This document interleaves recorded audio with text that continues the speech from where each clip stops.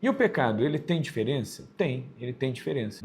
Existem graus. Eu me lembro, quando eu estava no seminário, eu estudei uns anos no seminário, quem me acompanha aqui sabe disso, eu já contei a história aqui, e eu tinha um professor muito bom, que ensinava dogmática, um sacerdote muito bom, muito piedoso, muito correto.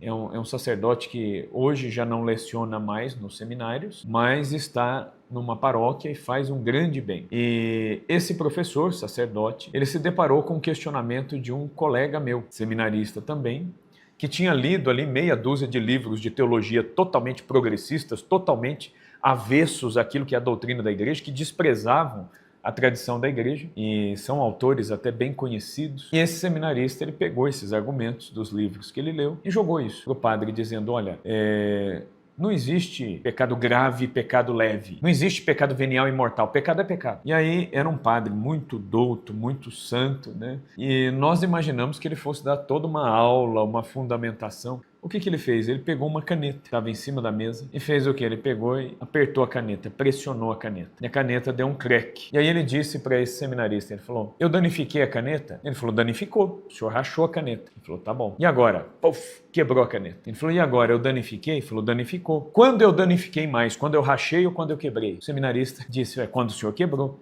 Falou, então, assim é o pecado. Assim é o pecado. Existe dano menor, existe dano maior. Assim é o pecado. Simples assim. Ou seja, basta você olhar para a realidade. A realidade. As pessoas perderam o senso de realidade. É só olhar para a realidade e fazer uma análise usando uma coisa que muita gente já perdeu, o bom senso. O bom senso. Uma coisa é eu cair de bicicleta e ralar o braço. Outra coisa é eu entrar debaixo de um caminhão. São coisas diferentes. Uma coisa é um acidente leve. Outra coisa é um acidente grave. Então, até na vida prática do dia a dia, existem coisas leves e coisas graves. Existem ofensas leves e ofensas graves. Mentiras mais leves, menos nocivas, e mentiras mais nocivas. Então, quer dizer, é um absurdo dizer que pecado, é tudo pecado. Não. Existem pecados leves e existem pecados que são, sim, mais graves e que exigem também uma punição mais grave diante da justiça de Deus. É o que a doutrina da igreja nos ensina.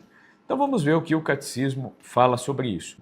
O parágrafo 1854 diz o seguinte: convém avaliar os pecados segundo a sua gravidade, perceptível já na Escritura. A distinção entre pecado mortal e pecado venial se impôs na tradição da Igreja. A experiência humana a corrobora. É o que eu falei, a própria experiência, o bom senso já mostra que isso é verdade. O pecado mortal destrói a caridade no coração do homem por uma infração grave da lei de Deus e desvia o homem de Deus, que é o seu fim último e a sua bem-aventurança, preferindo um bem inferior.